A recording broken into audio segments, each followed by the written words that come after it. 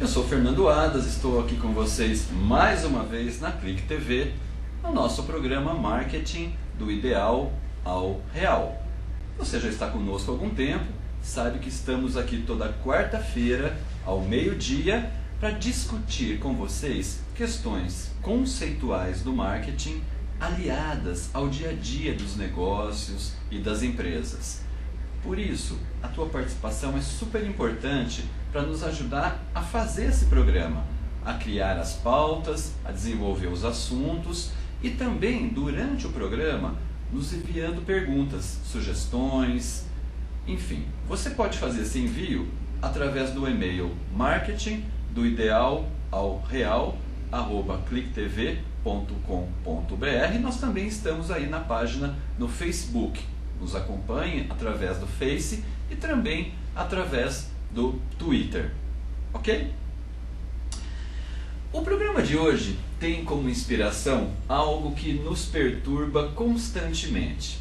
Você, assim como eu, já deve ter recebido essa semana, ou se não hoje inclusive, alguma ligação, alguma abordagem ou até uma carta querendo te vender alguma coisa. Vendas, na verdade, é um grande mito dentro do marketing, porque muitas vezes é um assunto polêmico, que ora caminha junto com o marketing, ora polemiza com ele. E é muito comum que nas empresas a área de marketing faça planejamentos de venda que, num segundo momento, são executados de maneira um pouco mais prática, um pouco mais objetivo pela área comercial. O programa de hoje tem como pretensão discutir com vocês esses conceitos sobre o que é o perfil ideal de um vendedor, o que esse vendedor deveria agregar do ponto de vista de conceitos e de atitudes, para que você possa melhorar a performance da tua equipe. Nesse primeiro bloco, nós vamos discutir algumas questões conceituais sobre vendas e no segundo bloco vamos conversar com um especialista em treinamento de vendas. Tudo isso para que a gente saia do programa com um pouco mais de ideias e com um pouco mais de percepção sobre as melhores práticas em vendas. Toda vez que se fala em vendas, é importante que a gente entenda um pouco sobre o que é vender. O que significa vender algo para alguém? E a gente pode dizer que basicamente vender tem a ver, num primeiro momento, com chamar a atenção. Ninguém consegue vender alguma coisa se num primeiro momento não conseguir chamar a atenção. E essa atenção pode ser chamada dos mais diversos motivos, né? Então você vê hoje comerciais chamando a atenção pelo riso, pelo susto, pela surpresa. Então a gente pode definir que o primeiro passo para uma atitude bacana em vendas é chamar a atenção.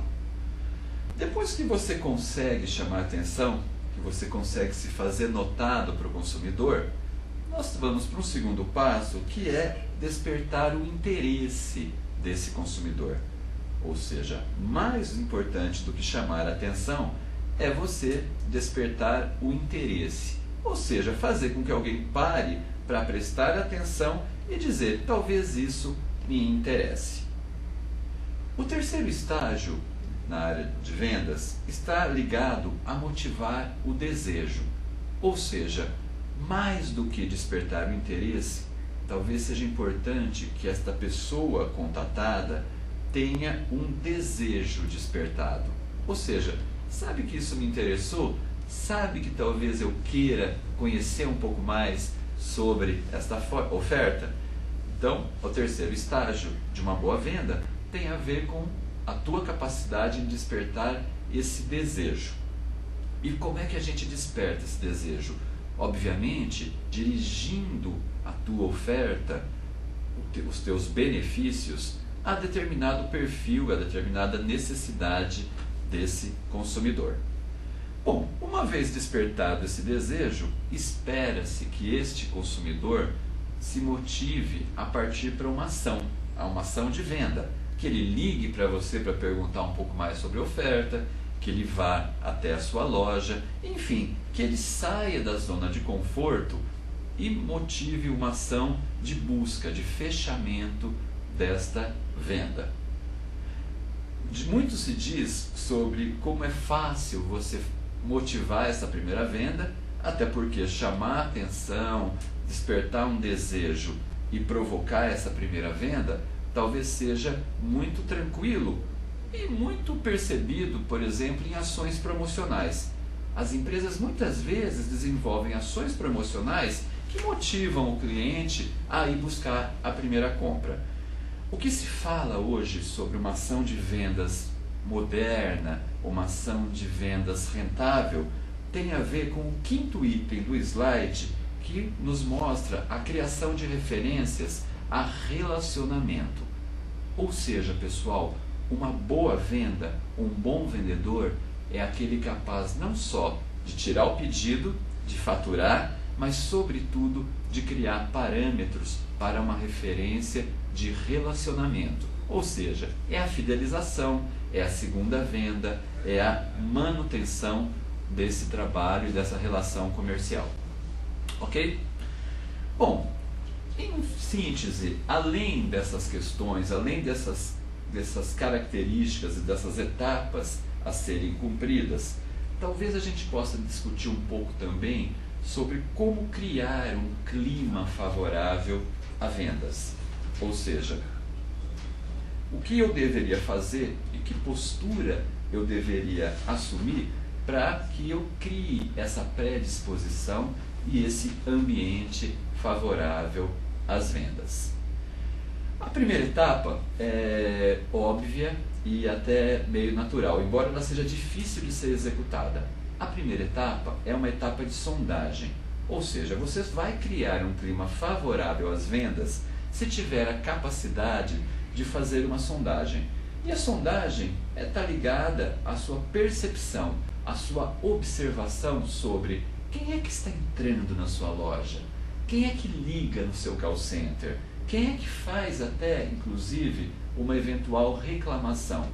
A capacidade que você deve ter em perceber, em sondar o perfil desse cliente. Por que será que esse cliente está procurando a tua marca? Sondar talvez seja a principal etapa promotora de uma boa venda.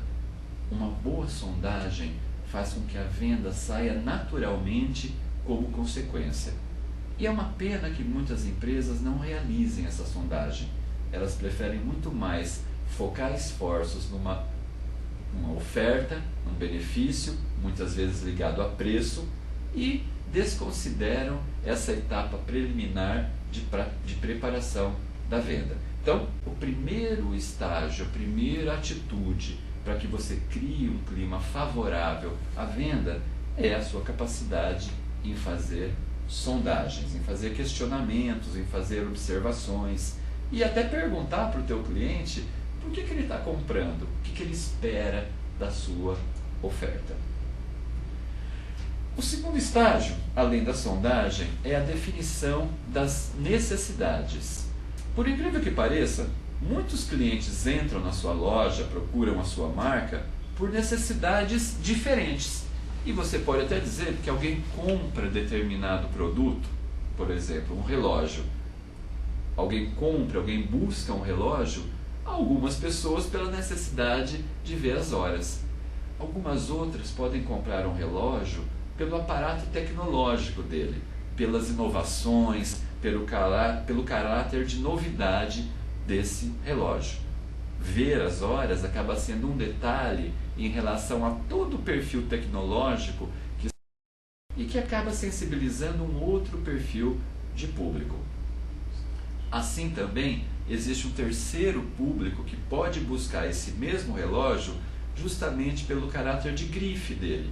Um público exibicionista, conhecido em marketing como um público show-off, e que está buscando o teu produto por outras motivações.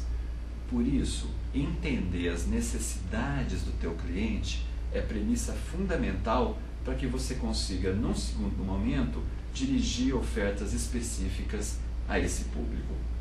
tem inclusive a ver com a tua capacidade em transformar características do teu produto em benefícios. Muitas campanhas publicitárias, muitos trabalhos de comunicação focam esforços na apresentação das características do produto. É o famoso caso do comercial de automóveis que te apresenta 6 marchas, 3 portas, 530 litros de porta-mala. Todas essas percepções são características do produto, que não necessariamente se convertem em benefícios para determinado público. Por isso, pessoal, sondar o cliente, entender as suas necessidades e converter as características do teu produto em benefícios fazem parte dessa linha de evolução na motivação à venda. Um bom vendedor se transforma em consultor do seu cliente, porque ele conhece muito bem essa necessidade e conhece muito bem o seu produto, capaz de se converter em benefícios. Bom, toda oferta, por melhor que seja, também motiva algumas objeções, e é muito provável que o teu cliente tenha alguns tipos de objeções à tua venda. Objeções são contrariedades, são dúvidas, são aspectos que pedem determinado esclarecimento e que para os quais o vendedor também precisa estar preparado. A maior objeção que normalmente aparece na relação comercial é a objeção a preço. E é muito provável, faz parte inclusive da cultura do brasileiro, achar tudo caro. Quando alguém achar o teu produto caro, procure contornar essa objeção maximizando os benefícios, comparando com a concorrência e mostrando para esse cliente como tem sentido investir nessa compra e transformá-la em valor agregado. Ou seja, contornar objeções de preço tem a ver com maximizar os benefícios para essa oferta. E por último, temos a questão do fechamento, ou seja, após ter contornado as objeções, é importante que o vendedor perceba o momento do fechamento. É muito comum que vendedores façam um atendimento tão bacana, tão simpático, tão amigável, que eles se tornam amigos dos clientes, mas eles se esquecem de fechar. Vendedor é amigo, mas não é só amigo. O vendedor é sobretudo o profissional que é sensível ao momento do fechamento. E esse momento do fechamento é mágico, porque ele é dado por alguns sinais, às vezes pouco percebidos, mas muito fundamentais para que você converta uma boa relação num faturamento. Ok? E por último, nós temos então uma síntese do que seria esse esforço de vendas. Ou seja, como vender sempre.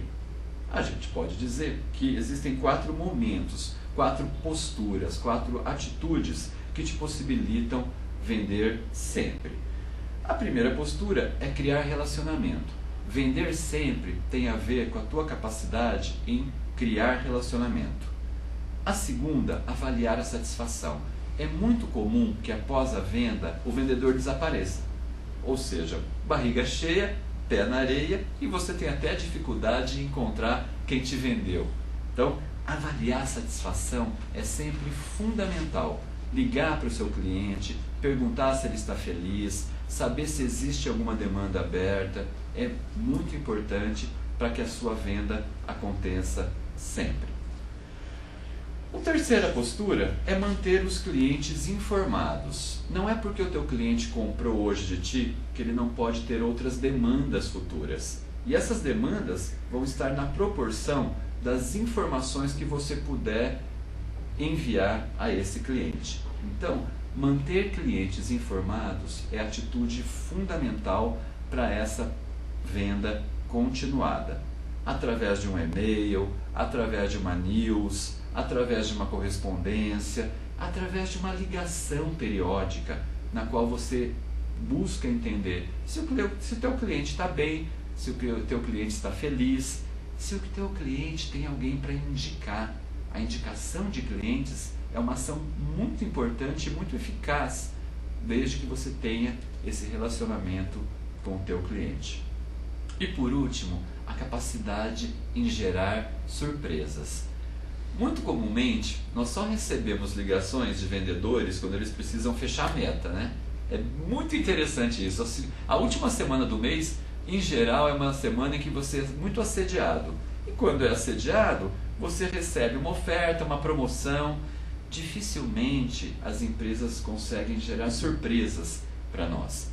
E o que é uma surpresa? É a capacidade dessa empresa em abordar esse cliente de maneira diferenciada.